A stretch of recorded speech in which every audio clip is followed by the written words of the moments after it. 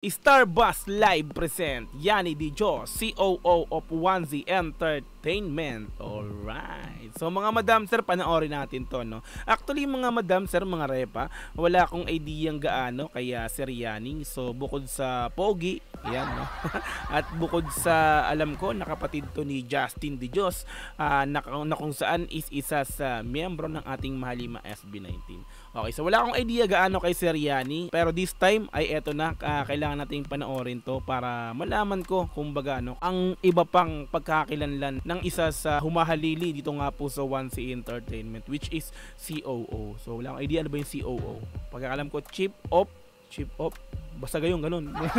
Anyway, so yan, kailangan nating panoorin to para malaman natin yung mga pagkakakilanlan ng isa sa pinakapogi at pang-anim nga daw po sa ating Mahalima, which is si Yanni Di Dios. Alright, so mga madam sir, wala nang patumpik-tumpik, pasamahan nyo po ako rito, panoorin po natin. Let's go! Ayun, we are live. Live na live po tayo ngayong gabi. Alright.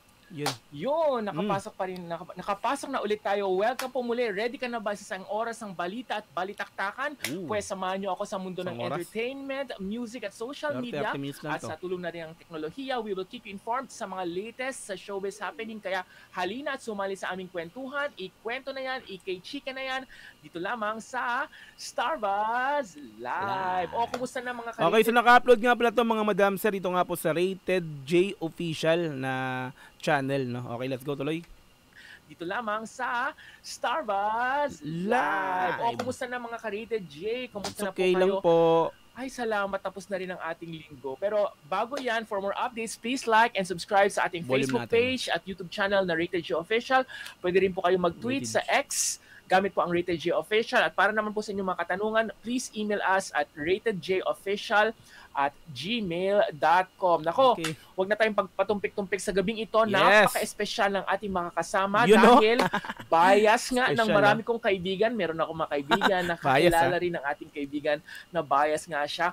Ang pang-anim daw na miyembro ng Kings of Pop, ng SB19, ang COO ng 1Z at ang kapatid ni Justin. Kung sino siya, panoorin natin ito. Okay. Pogi, oh. Julian De Dios o mas kilala sa pangalang Yanni. Nasa magkakapatid. Julian De Dios pala siya. Okay. So mas kilalang, kumaga parang Yanni ang pinakapalayaw. Na sina CJ at Justin at kasalukuyang COO ng 1Z Entertainment ang namamahala sa SB19. Pero alam niyo ba na matanda kay Justin to. High school at nagtapos ng valedictorian sa kanilang batch. Talino. Editor-in-chief ng kanilang school paper at presidente ng kanilang student council. Nagtapos si Yanni ng Bachelor of Science degree in Business Administration sa De La Salle College of St. Benil sa Manila bilang magna cum laude. Grabe, magna cum laude. Pumasok sa IT profession. So ang daming achievement na nag-aaral pa lang, tapos, diba? Pogi na, matalino pa. Yanni. Advisor at kasalukuyang Chief Operating Officer ng 1Z. Lumabas na rin siya sa ilang online series gaya ng Rainbow Prince at Tie the Knot. TikTokerist, YouTube vlogger, CO, actor, Yanni De Dios, live na live sa Starbuzz Live. Grabe, ang dami rin palang achievement na ito. Siyempre, makakasama natin ngayong gabi ang nag-iisang Mr. Yanni De Dios. Palakpakan naman dyan, kahit wala akong mga fans dito. Palakpakan tayo, kahit tayo na lang magpapalakpakan. Good evening. Sama na ako sa palakpak. And thank you so much for saying yes sa ating invitation. Yes, of course naman. Good evening everyone and good morning here. Nasa ka ba ngayon? Para at least alam ng mga kababayan natin kung nasaan ka ngayon. At feeling ko nasa kabilang mundo ka ngayon. Nasa kabilang side ka ng mundo. Yes, nandito ako sa kabilang side ng mundo. Nandito kami sa Canada ngayon. Nga pala. So good morning. Dahil sa tour ng ating Mahalima. At syempre yung kapatid ko nga nandyan nga sa Canada pero nasa malapit siya sa Toronto. Yun. So kung wala ba kayong show sa Toronto? Meron. Kakatapos lang din. Ay nako, sana sinabihan ko yung kapatid ko. Sayang. Oo, yun. Sana nga nakapunta siya. Pero anyways, kasama po natin nga ulit si Yanni, Julian De Dios. Mas kilala na nga natin na Yanni. At syempre, unang-una, belated happy birthday, Yanni, noong July 7. Tama ba ako? 16. Si Justin. 16 pala. Sorry, July 16 ka pala. Magkasunuran sila na dyan. So, belated po happy birthdays, Sir Yanni. Yun. Let's go. Yes, para kami ng birth. Anong zodiac sign ng 16? Cancer. So cancer nga ang 16. So, Yes. okay, how did you celebrate your birthday? Kasi nga, may napanood nga ako, di ba? Parang may nag-celebration ka na nalasing-lasing ka pa doon sa isang video mo. So, how did you celebrate this year? Lasing-lasing. Di ba? Napanood ko yun. Kaya nga, napanood ako talaga. Sa intro video mo, Yes. Pinaghandaan ka namin, iho. Nahiya ako ng slide. Yung so, paano ka nag-celebrate ng birthday mo? Flight namin from ano nga ba flight namin nun? From LA to Toronto for our show in Toronto. I see. So nasa aeroplano ka na nag-celebrate ng birthday mo. Around 6 hours yata yung flight namin nun. Doon na kami nag-celebrate. So ano yan, may pa-birthday cake ba yan or ano? Yes, pero nag-celebrate naman kami sa hotel before leaving LA. Pero walang inuman yun. Wala inuman talaga. Kasi tuloy-tuloy yung show. Manginginom siguro to si si Sir Host. Right. Excuse me po. So okay, COO ng 1Z. Actually I'm amazed kung paano man ginagawa ng isang COO sa isang entertainment company. Natin. Ano ba yung para lang sa aming kaalaman, ano ba yung ginagawa ng isang COO? Tama, no? Child of owner ba yan, ang COO? Child of owner. Kaso brother of owner eh. Brother of owner pala yan, di ba? Sige, ano ang ginagawa ng isang COO? Alright, so COO, Chief Operating Officer. I mean, Chief Operating Officer pala. Kala ko joke lang. Chief Operating Officer. Okay. Oo. Pala yun. Alright, so COO, Chief Operating Officer, I mainly handle, at least for 1Z, I mainly handle the business operations. So from human resources, finances, sa HR, administration, admin, legal matters. So yun, I monitor those things. I also, on top of the major operations of 1Z Entertainment, so such as artist management, creatives, marketing, and now, since nandito kami sa tour, it's our first time actually for 1Z Entertainment to handle a major tour. So, yun, I oversee that part as well. But we're a team, madami naman kami sa 1Z. Like ilang kayo sa 1Z? Currently, we're 27. Nearing 30. So yes. Wow. 1Z is... Tapos may opening pa kayo, di ba? May opening, nakita ko parang marketing something. Tama ba? Nice. Diba? It's already fulfilled naman. Fulfilled na. Sayang mag-a-apply pa sana. Ready ka na ba? Pwede naman akong mag-tour kasama ng SB19 at mo. SB19 at mo. Ayun. So basically lahat ng operations ikaw may hawak ka sa COO. Ayan. Sige. Yes, I oversee. Umpisahan natin na mas talent, makilala ka namin at ang napakakilalang kapatid mo na si Justin. Si Justin bang pinaka-close mo pala? Or mas close pa kayo ng isang kapatid or pare-parehas? Pare-parehas lang. Dapat. Okay, pero ngayon kasi lagi kayong magkasama ni Justin. So I suppose kayo talagang you're closer right now, di ba? Pero ikwento mo naman ang inyong kabataan. Like, saan ba kayo lumaki? Ano yung ginagawa niyo? Malalaman natin. Lagi ba kayo nag-aaway? Sige, ikwento mo ang buhay mo nung kabataan mo. Well, tatlo kami. 6 years apart yung agwat ng age namin. So, nung bata kami, hindi kami masyadong mga magkakalaro. Kasi iba-iba kami ng friends. Iba-iba kami ng barkada. Kuya ko. Yung eldest niyo is ilang taon yun? Plus 6 years old, 38. Tapos ikaw, less 6 years old naman si 32. Justin. Yes, correct. Okay. Palit ng presidente. Okay. 6 years eh. Yun ang family planning ng parents. Ang galing, ng saktong parents 6 years talaga. Oo. Sige. So, paano kayo nung bata? Like, saan ba kayo lumaki talaga? Kasi parang may nabasa ko na, Valenzuela ba kayo? 26, Currently, 27. we live in Valenzuela. Okay. Pero lumaki ako sa Malabon. Pero I was born in Caloocan. So, Kamanava area lang talaga kami lumaki lahat. Malabon, Caloocan. I see. So, ito yung mga binabaha, di ba, na lugar sa Manila. Oo, kaya grabe sanay dyan. kami sa baha. Oo nga. Ngayon na nag-uulan sa Pilipinas, talaga namang binabaha ulit sila doon. Pero Valenzuela kayo, saan part ng Valenzuela kayo? I mean, you don't have to exact. Kasi dumadaan din ako sa Valenzuela, sa Marulas ako. Sa Marulas ako. Oo, Marulas. Bandang ano na kami, may kawayan na. Dun sa medyo mas north part na.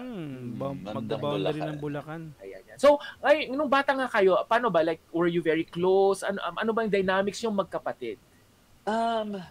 Paano nga ba kami nung Pero kakalaro naman din kami. Pero kasi nga, since 6 years yung agwat, iba yung hilig namin before. Oo, totoo yun. Malaki Pero yung agwat. trivia, yung bata kasi, ako at least, yung bata ako, mahilig ako sa maglaro. Mahilig ako Pokemon. sa Pokemon. Yan, oo. So, naipasa ko sa kanya yung hilig sa Pokemon. So, yung box mo ng Pokemon, ibinigay mo kay Justin nun? Yung laruan ko. Paglumaan ako na sa kanya. Tapos, kaya nahiligan niya na rin yung Pokemon. Alam mo, ang galing ah. Diba? Siyempre, pinanood ko rin yung mga videos mo. Diba? Yeah. Bago siya. Kasi diba, yung mga sinabi mo nga dun sa 30, 30 ba yun? 30 or 15? Basta yun, nakita ko yung video mo nga na yun, na yung 15 things about you, parang nag-research muna. Yes, kasi nga diba, nabanggit mo nga yung Pokemon mo na nakabox pa yun, diba? Nakita ko talaga yun. O sige, eto, valedictorian ka na, magna cum laude ka pa. Nako, nanlate naman ako sa'yo. Grabe naman, hindi naman to. Talino. Pero kidding aside, eto ba ay ginusto mo talaga o natural talaga sa'yo na lumalabas yung pagiging matalino mo? I think rather than matalino, baka lang yun yung sinasabi ko din before. It's more of yung dedication or yung hard work, yung mahilig parang lumalabas yung pagka-competitive. So, before the exam or kung meron mang gagawin sa school, at least I'm ready a day before. So yun, kasi alam kong may tendency akong makakalimot, ganyan. So, talagang kailangan kong reviewin lahat. Even, kasi dati nagko-commute lang Commute lang din. So, biyahe sa LRT, nagre-review talaga ako. So, dyan ako. Nakahawak ako dyan. So, babasa. Tapos nagre-review ka. Nasa biyahe. Ayan. Pero totoong, yung parang, meron ka ng desire talaga na maging magna cum laude or talagang Latin honors ba yan? Yes, Latin honors. Parang I really aim for excellence ba kumbaga nung time na yun. Until now naman. Kita naman yan ni Ani. Ayun, so I'm always trying to do my best in everything I do. Kasi meron ako nga parang laging naririnig before na ginagawa mo na, bakit hindi mo pagalingan? Kasi you're already spending time, 'di ba? Doon sa mga bagay na ginagawa mo. Why not do it with your best? Kasi sayang yung effort mo eh. For example, nagre-review ka. Ayaw mo naman nadaanan na lang kasi ginagawa mo na, you're spending time already. So why not do it wholeheartedly? So yun. Anong pinaka-favorite na subject mo pala noon? Nung college? Nung high school or college ka? High school ako, parang science. Wow. Dahil favorite ko yung teacher. Wow. Teacher pala yung teacher na yun. Parang naging friend namin yung teacher. After high school, naging super close ko yung teacher ko na yan. Then nung college, I think business law yung favorite ko nun. Pero science ka, paano ka yung favorite mo science, pero bakit ka nag-business ad? Yan. Isa pang trivia, no? Yan, trivia. Nung high school ako, gustong-gusto kong maging dentist. Kaso, admittedly naman, sobrang careless ko sa mga bagay. So hindi ka pumasok hindi ka nag-try na mag-dentistry or what? Kasi di ba may test doon, yung ginaganon-ganon, anong tawag doon? Yung may ring tapos papasok ka dun sa ring na yun, yung parang you have to, basta may term na ganun sa mga dentist. Kasi yung best friend ko sa Pilipinas, dentist yun. Kaya alam ko yung mga ganyan na exams. Na-try ko na yun pero sa sa mga amusement park lang. Pero lagi rin akong talo. Hindi ka talaga pwede maging dentist. Kaya, dito na lang tayo. Kasi kailangan di rin pasma. Nasa entertainment industry nga. Yeah. Speaking of, favorite mo is science. Ano naman yung pinaka-hate mo na subject? Hindi Kung naman sa meron man, thesis, ha? pero very challenging siguro math talaga. I remember medyo nagsa-struggle ako noon eh sa algebra. Pero kaya naman. Survive. Pero yun ang pinaka-favorite ko naman na subject, mathematics talaga. Kaya nga ako nag-engineering, iho. Find X. Yes. by looking for why, di ba? O sige, isa ka ring vlogger kasi nga napanood ko nga yung mga ibang videos mo at ang yan. pangalan ng yung vlog ay Trip Sabi, ni Yani, talino niya, di no? ba? So sa gabing ito, we have a game. So sasagutin mo lang yung ating mga katanungan na nagsisimula sa Trip ni Yani pero without explanation. Ha? So dudutukan mo lang yun. Kung ano yung tatanong ko, sasabihin mo lang kung ano yung Trip ni Yani na yun. So first question, ready ka na ha? Trip ni Yani ang chill place na blank. Saan yung chill place na gusto mong mag-chill? By the beach. Ayan. By the beach. Sige, trip ni Yani ang aling lugar for long vacation? Or saan sa mundo ang long vacation? Now that I experience Canada, I want Savannah. Talaga? Alam mo, hindi pa ako nakapunta dyan kahit yung kapatid ko nandyan na. Pero sige, one of these days. Actually, plano ko by December pupunta ako dyan. Sige, next one. Trip ni Yani na gawin kapag bored siya. Manood ng Netflix. Particularly SB19 pagtatag documentary. Wow. Promote. Diba? Napanood ko na yung sa big screen pero yung sa Netflix hindi ko pa napapanood. So panonoorin ko right after. Thank you. Panoorin mo na. Sige, trip ni Yani na balikan na bansa. Ito, Canada. Banff-Ulit. Nandyan pa You pero really have to babalikan. convince me to go to Canada kasi nga parang nagda-doubt pa ako na hindi ba masyadong malamig dyan? Saan ko sa yung photos. Malamig nga eh. Nabudol nga kami. Sabi, summer, wala kaming dalang jacket. So, ibig sabihin na reason kayo para makapag-shopping. Nakabili diba? Summer daw Sige, ngayon next sa one. Canada. Trip mong maging noong bata ka. Ay, parang nasagot mo na ata ito. Dentist, yeah. Dentist talaga. Trip ni Justin pero hindi mo trip.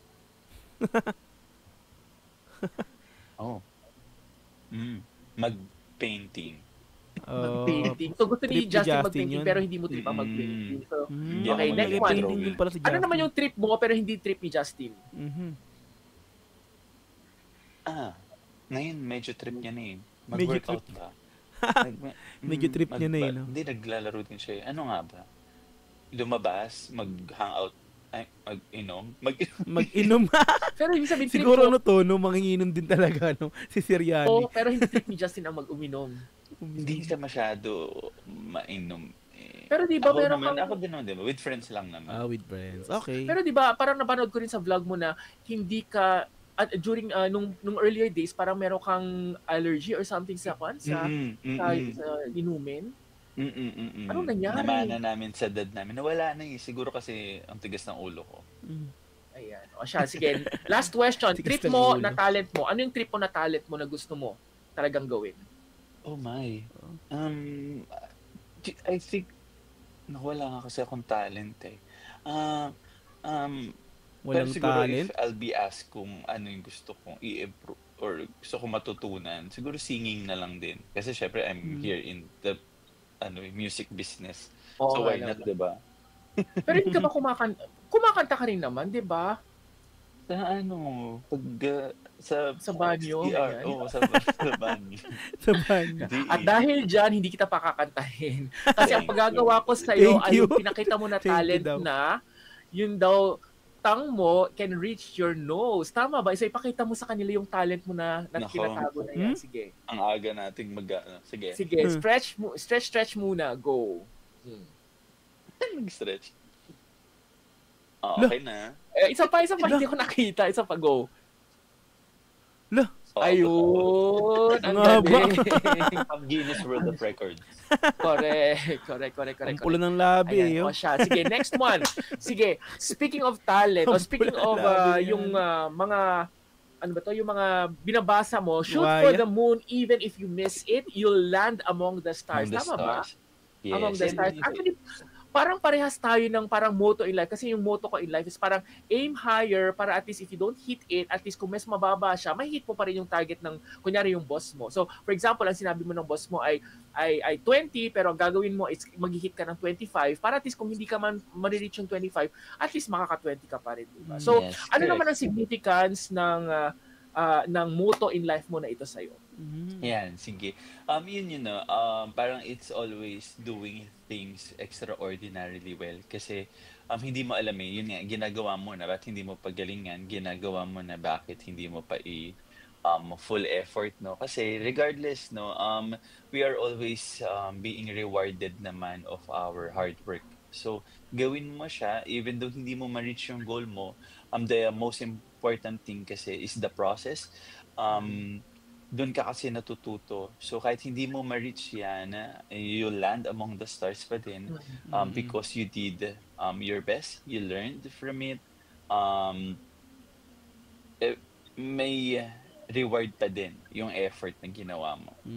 Meron ka bang gustong ikwento sa amin na kwento na in-apply mo yung motto na yan sa'yo?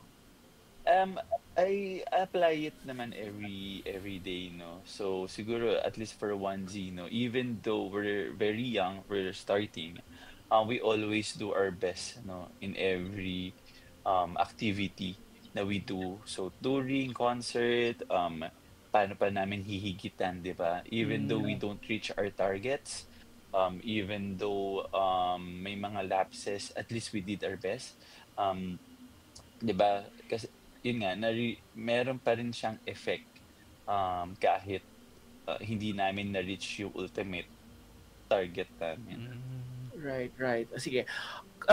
Going now to your Simula at Wakas concert sa Singapore, which will be coming here on the 24th of August. Malapit na. 1 month ago. Actually, less than a month. Kasi nga, 25 na ngayon. So, less than a month.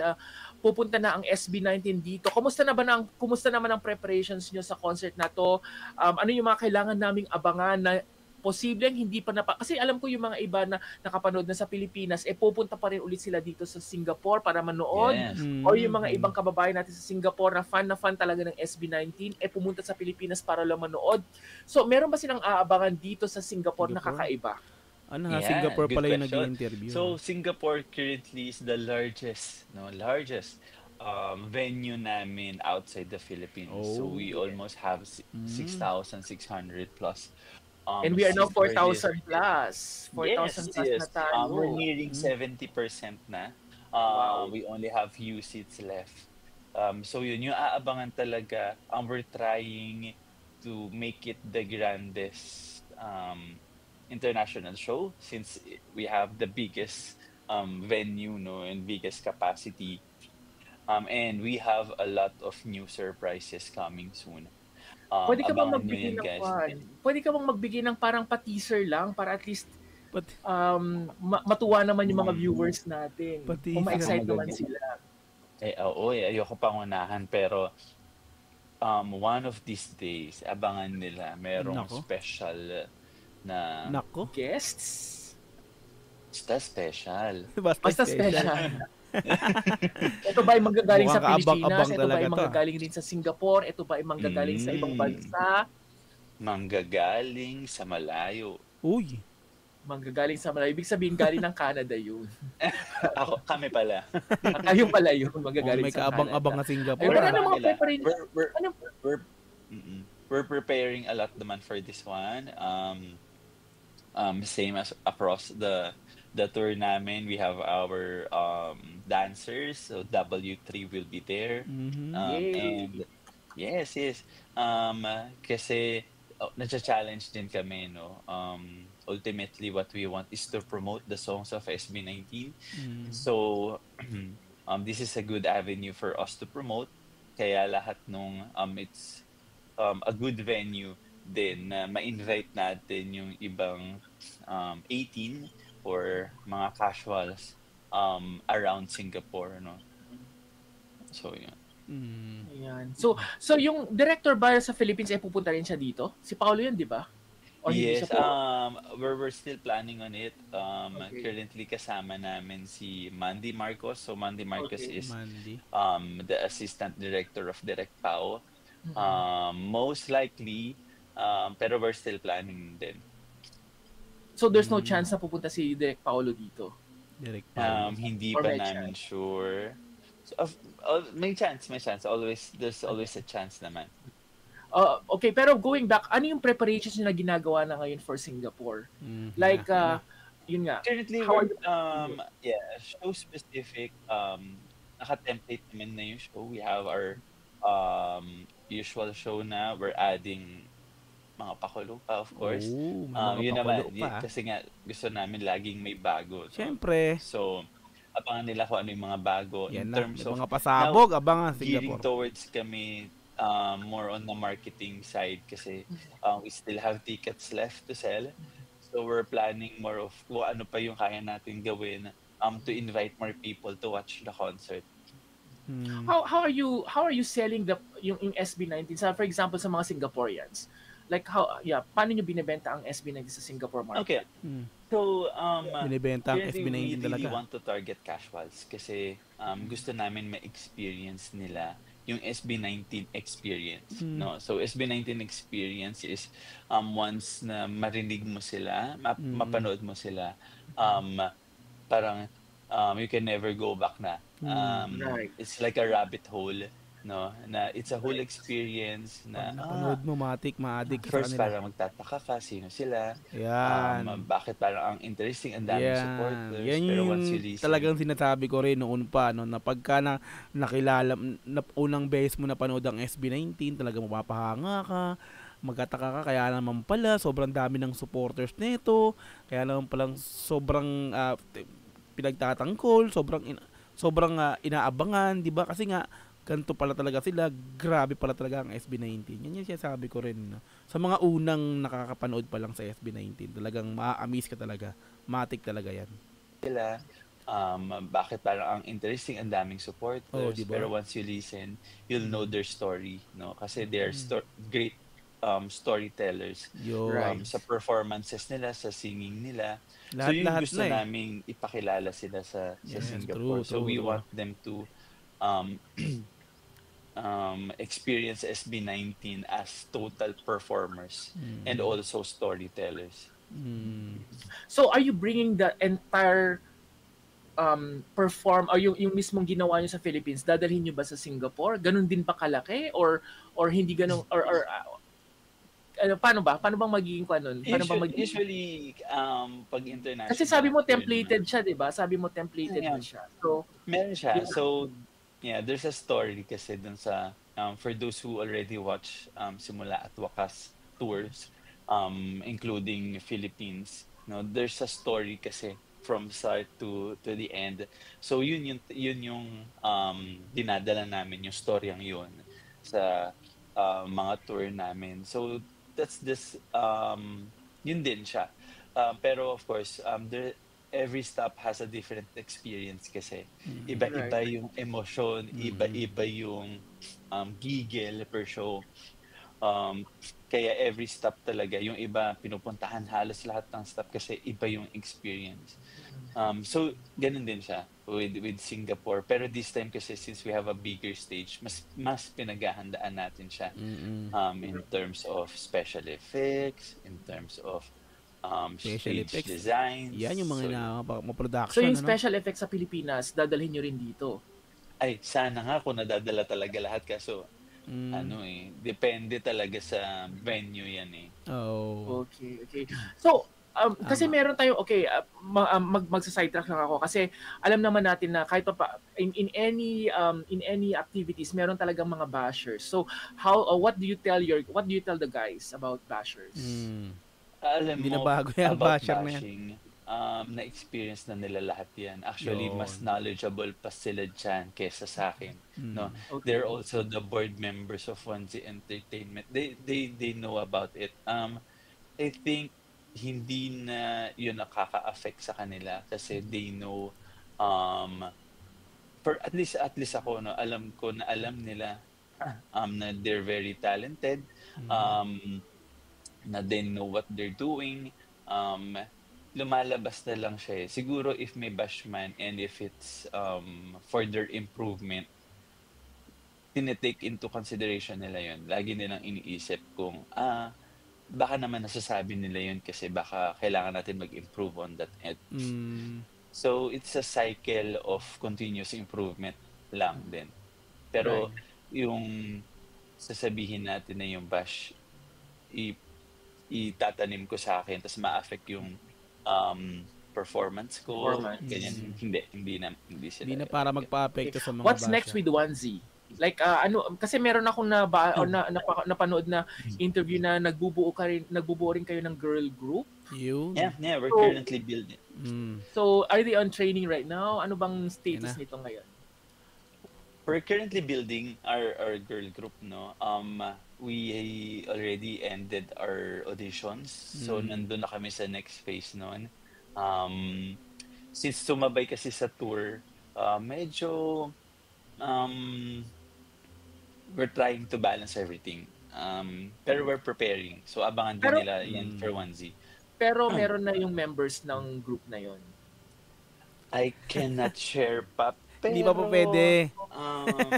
Ayun, tapos na kami magpa-audition and nakapili na kami sa mga nag-audition. Sabihin, meron na. Kailan ang target nyo na pag-release ng girl group? Kulit.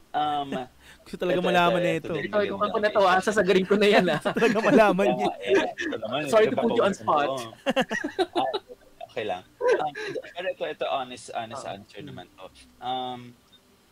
Wala kaming target date talaga.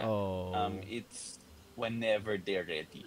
Kasi ayaw namin silang madaliin. Ayaw namin na ilabas or tapusin ang project just to hit our timeline. No? Yes, meron kaming internal timelines for that, pero we don't want na maglabas lang ng just for the sake na meron lang girl group. So whenever they're ready, if alam na namin na they're fit, they're well trained na, that's the time. Okay. So parang ayaw mo ng half-bake. Ayaw nyo ng half-bake na mga performance. Ayaw ng boys, yes. Ayaw ng SB yan. Pero would I say na yung mga boys din or si coach din ang magko-coach sa kanila or it's a different group? Or it's a different group ng three guys? Meron kaming separate group or trainers for them, specifically handpick para talaga to fit what we want sa group na ito. Pero even the boys want na sila din magturo. Sila din. Pero going back, what's next after Onesie ng Onesie aside sa girl group? Meron pa ba kayong mga ini-envision na gagawin for Onesie in general bago tayo pumunta dun sa ini-envision mo naman for SB19? Okay. Yes, of course. Onesie Entertainment naman, we want this company to be the new standard of Filipino artists. No? It's not an overnight goal. We might take 5, 10, 15, 20 years.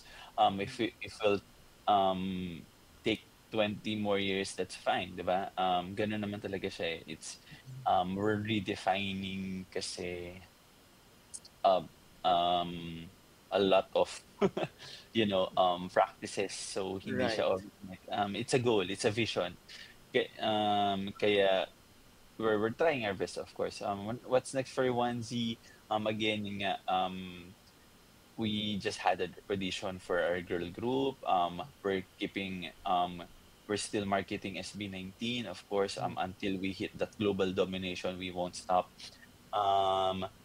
We are getting more artists as well in our roster. So Coach J is one of them already. Then we're learning stuff. Etong tour na to, it's our first time. So we're also studying and learning the touring business of the music industry. So yun, we're expanding, no? Also, we're fixing our processes kasi syempre bago pa lang and we want maayos yung proseso ni Onesie. So yun. Yeah, pero are you guys going to manage like single talents? Ganun ba? Meron ba kayong envision na ganun? Yeah, it's part of the so hindi lang groups. the main business naman of Onesie, yeah. Okay, and what do you envision for SB19 10 years from now? Ano yung nakikita mo sa SB19 10 years from now? Siguro 10 years from now, they should have siguro dapat meron na silang legacy na naiwan talaga. Kasi 10 years from now, ilang taon na sila? 40 na. Diba? Meron na yan, Matic. 40 na Ngayon sila. pa lang meron na I think 10 years from now, mas na-cement na nila yung footprint nila sa music industry. They built a lot of, legendary songs like Mapa, like Gento. I think 10 years from now as well, they'll be known for their individual strengths, no? Music composition, directing, choreography. So, nandun na tayo sa part ng, sila yung gumawa na to, sila yung gumawa ng ganitong kanta. And hopefully, 10 years from now, they'll be known globally. So talaga yun yung sinasabi mo kanina na global domination. Yes. And then what about you? How do you envision yourself 10 years from now? Kumakain ng siomai habang nanonood ng... Sarap na ng siomai. Hindi nga lang ako makakain na ngayon ng siomai. Nagbakasyon pala. 10 years from now, I think, at least for myself, siguro I'll be a proud member of the management team na seeing 1Z is already that big 10 years from now. Sabi nga ni Cappuccino dito, the best COO yan. Sabi din naman ni JKV Sisters, Diyos ko, Kuya Yani, parang bias na din kita. Actually, ang dami nga may bias sa'yo. Mas pogi ka pa. Ayun. Mas pogi ka daw kaysa sa kapatid mo. Ayan. Tapos sige, tingnan natin. Yung ilaw natin. Oh, yun. We are waiting here in Singapore, sabi ni Chel Lialbo. Sige, i-invite mo na sila sa iyong social media and sa concert mismo ng SB19. Go ahead, yan. Yes, ako wala kayong makikita sa social media ko. Pero sige, that's Yani De Dios across all platforms po. Pero I invite you guys, especially our 18 or friends, families in Singapore to please watch SB19 Simula at Wakas Tour in Singapore. Again, it's our biggest venue outside the Philippines and we're preparing so much for this one. So we're excited to see you guys. We have few more tickets left. So if you want to know more about SB19 experience, SB19's performance, please do watch our concert in Singapore. And you can buy your tickets at www.sistic.com. Yes. Meron bang .sg ang Sistic? Hindi ko lang alam. Pero hanap, sistic.com lang sila, no? Alright. Anyway, sige. Yan, got my ticket. .com.sg. Ayan, sistic.com.sg. O kaya i-google nyo na lang po. Yung mga wala pa pong tickets, i-google nyo po www.sistic.com. Hindi, i-google nyo po, tapos hanapin nyo po yung SB19 Singapore. Alright, sige. Biggest venue, sabi nga ni Ate Lila na nanonood sa atin ngayong gabi. Yes. Nag-message din si Tita Babes. Sabi niya, si Ate Babes. Ayun, si Tita Babes din. Hello po kay Tita Babes. Actually, she asked for the link kanina. Ayun. Anyways, maraming salamat po. Syempre, one hand lang ako dito ba. Thank you very much kay Yani sa iyong pagsama sa atin ngayong gabi. At mag-extra lamang ako, Yani. At yan ang kabuuan ng ating kwentuhan ngayong gabi. Samahan niyo muli kami sa susunod na linggo sa isa namang masayang balitaan at balitaktakan mula sa Singapore. Ako po si Jude. Ito ang programang ginawa ng mga Overseas Filipino para sa kapwa Overseas Filipino. At ito ang Starbuzz Live. Thank you very much everyone for joining us. And mag-extra lang ako, Yani. Tapos, alright. Nasaan na ba yung exit video? Thank you for watching our program. Okay, so SBL episode 101, Yani De Dios, July 25 to 22, 25. So, yun, no? So, may mga nalaman tayo about kay Sir Yani De Dios bukod sa pogi na at alam nating ang kapatid ni Justin ng SB19 ako. Diba? So, ang talino niya, no? Diba? Grabe. Dami niyang achievement. So, ganun pala, no? Yung katayuan niya bilang isang COO dito nga po sa 1C Entertainment. So, ngayon, may mga nalaman ako. Nagkaalaman about SB19 syempre about 1C Entertainment sa likod ng 1C si Sir Yanni Di Diyos. 'Di ba? Ang pogi, no? 'Di ba? So 6 years ang gap mula kay Justin, after kay Justin Sir Yanni, after ni Sir Yanni yung pinakang eldest or sumunod 6 years ulit. Naka-family planning talaga yun, ang galing. 'Di ba? So 'yun, no. So nalaman natin na eto siya, no. So marami ring may bias kay Sir Yanni, no. So, hindi may iwasan, syempre pogi. Okay, yan sa mga madam sir, thank you so much once again sa panonood sa aking video upload na to, no. So thank you so much sa sumama mula umpisa. So medyo mahaba yung pinaka video natin. So thank you sa mga hindi na bored dyan. Na bored ba kayo? Okay, so thank you so much once again. Ikita-kita po tayo sa mga susunod na upload po. Once again, this is Doggy TV na muli nagsasabing ingat kayo palagi. God bless. Keep safe po. Pagpalain po tayong lahat. And Doggy TV, peace and I'm out. Thank you so much. Bye-bye.